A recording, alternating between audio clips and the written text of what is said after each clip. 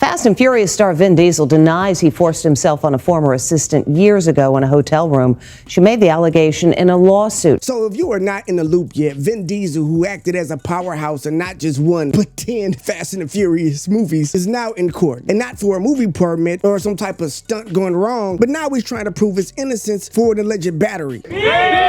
Outlandish.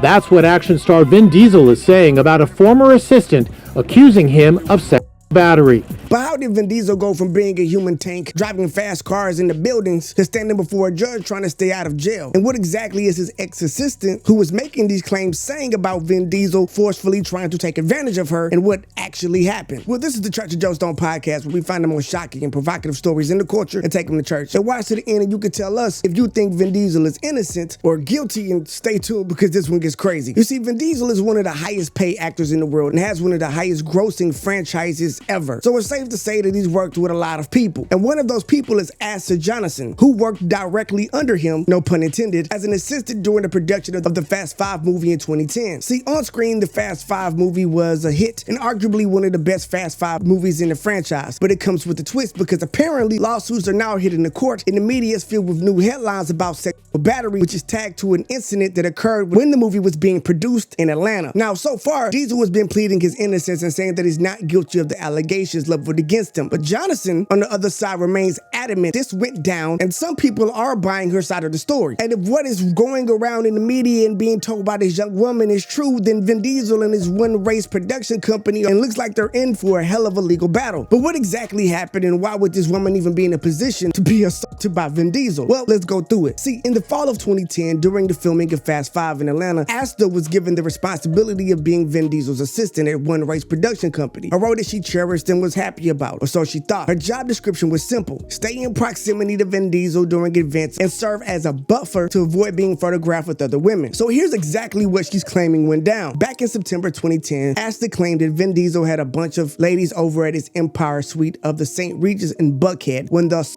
happened. Vin Diesel allegedly had a security detail call her to assist him out of his suite, and when the last woman left, Vin allegedly grabbed Asta's hands and placed them on his member. And at this time, she claims that it was erect. Now, feeling disgusted by this, of course, because this guy just jumped her out of the blue allegedly, she withdrew her hand instantly, but at that point, she said she was met with more resistance by Vin Diesel, who put her up onto his bed in a naked state. This time around, she verbally refused him and fought to escape, but she claims Diesel groped her, forcibly kissed her, and attempted to remove her underwear. So at this point, she's basically just fighting the guy off. Now, this young woman claims that she wasn't having any of this and screamed and managed to knock him off while running down the hallway's bathroom. Sadly, she would say that Diesel managed to get up and run after the not-so-fast Asta and was able to catch up to her and then began to pleasure himself in front of her. The lawsuit was filed in Los Angeles Superior Court last Thursday. In this lawsuit, the victim said that back in 2010, during the cruise stay at the Georgia Hotel, Vin Diesel pinned her to the wall of his room.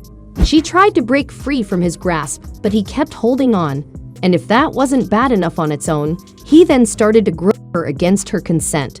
But hold on, it gets even worse. While he was doing all of this, the actor allegedly started to masturbate in front of his assistant. Hours after the alleged assault, Asta claimed that Vin Diesel's sister, Vincent Samantha, who doubles as the president of One Race production company, called her, but rather than take any actions to protect her, the victim, she stated that the company no longer needed any extra help, and right there, Asta's employment was terminated. Now, I don't know how you would see this, but according to Asta, Samantha and the entire One Race production company's message was clear. In her mind, she was now being fired for resisting Vin Diesel, and not just that, they fired her to cover up Vin Diesel's alleged assault. But this is the crazy part. She claims that it just wasn't him who made advances towards her. Another One Race supervisor propositioned her for a few days before the alleged assault. And according to her, she was summoned to the supervisor's suite where he got naked and said to come here, at which point she exited the room. So not only was she allegedly assaulted by Vin Diesel, but apparently by another executive at the company. And at this point, it sounds like a whole bunch of freak shit was going on, and this young woman was just trying to stay away from it. And now 13 years later, she's seeking damages for lost wages, emotional distress, and she also brings claims against them for creating a hostile work environment, gender-based description, and of course, sexual battery. Asta is seeking an imposition of a civil penalty of $10,000 for each violation, plus unspecified punitive damages. According to Vanity Fair, Jonasson is suing the actor for claims for battery,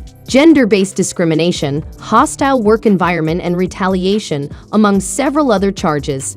The assistant is seeking damages for distress and mental and physical pain. The amount of this has not yet been disclosed to the public. Now, with all of this being said and the Asta story coming out, what was the fallout? What did Vin Diesel have to say? And where is everything going at this point? Well, on December 21st, 2023, the news of Vin Diesel getting sued broke the internet, with headlines everywhere talking about this battery and the hype around it, taking the spotlight off of Christmas coming up and putting it directly on Vin Diesel. And now they've denied all of the claims and allegations made by Asta, but we'll have to see exactly how that plays out in court. Diesel's lawyer, Brian Friedman, has said that his client denies the claim in its entirety, and that this will be the first time his client had ever heard about any of this more than 13-year-old claim made by an employee that was only there for 9 days. So in their mind, they were like, well, there's a lot to happen in 9 days, film, and we barely even knew her. And this was 13 years ago. That does put this into a whole new light. And they also claim that they have clear evidence which completely refutes Asta's outlandish allegations. Now, what that evidence may be, we have yet to see, but whatever it could be the key to exposing the fact that she's lying, or it can make them look worse by not just standing up to it and fessing up. And with all of this, I would wonder if Asta has any type of evidence to support her claims as well. Because if you just have your testimony, well, I don't think you're gonna be able to win like Cassie did against Diddy. And look, from the look at things, 13 years seems to be a whole lot of years to remain silent over a hideous crime like the battery. But honestly, it takes a lot of courage to come out and speak up against some of this emotional distress. And so I think we've seen it on both sides when people come up years later, and at this point it's kind of normal. And I think it's normal for this to be as true as it is not, as it can easily be just 100% made up, and neither side has played their hands or showed their cards yet to let us know where we should be leaning. But why would she hold it in so long? Well, according to the lawsuit, Asta claimed that she was scared to speak up against one of the biggest actors in the world, as she was just finding her feet in the industry. And then also, she had signed a non-disclosure agreement, which prevented her from talking about Diesel and her time with the One Race production company. The reason JoeStone hadn't spoken up for so many years was because she had signed an NDA with the actor that prevented her from talking about anything related to him or her time working with him. In general, Vin Diesel and his production company have been pretty much tight-lipped about this entire situation, which could mean that he's innocent or guilty, to be honest. It's too early to really be able to tell at this point, but something like this could tank the entire franchise, and they're probably just trying to stay focused on their next production. So as always, we'll kind of leave you to figure out what you believe and if you think that this holds any water or not. But hopefully we will have more information as this story updates, and we'll get to find out exactly who was in the right and who was in the wrong and who was telling the truth and who was telling a lie. Maybe Vin Diesel's team really does have some evidence of something that will make it all go away and this woman look crazy. Or maybe she has some evidence of something that will make them settle very quickly, and then we'll know exactly who was right and who was wrong. But until then, we really don't have anything other than her claims versus their claims. And as always, I don't think it's too smart to jump out the window on either side, because it could easily, this early on, go either way. We could wake up tomorrow and this woman have just lied about all of this, or we could wake up tomorrow and Vin Diesel is settled and pretty much confirmed her entire story. So we'll find out pretty soon exactly which way this goes, because it's not gonna go away silently. And with a star this big and with this much money on the line and a story like this in 2024 coming up, you can best believe that it will be the headline for a very long time to come, and that it won't be able to just slide under the rug. So let's see what shakes. But I am Joe Stone, and this is the Church of Joe Stone podcast. Well, cool comes to pray. You come to stay. Hit the subscribe button so you don't miss another video coming your way, where you find the most shocking and provocative stories in the culture. Take them to church. I will see you in the next one.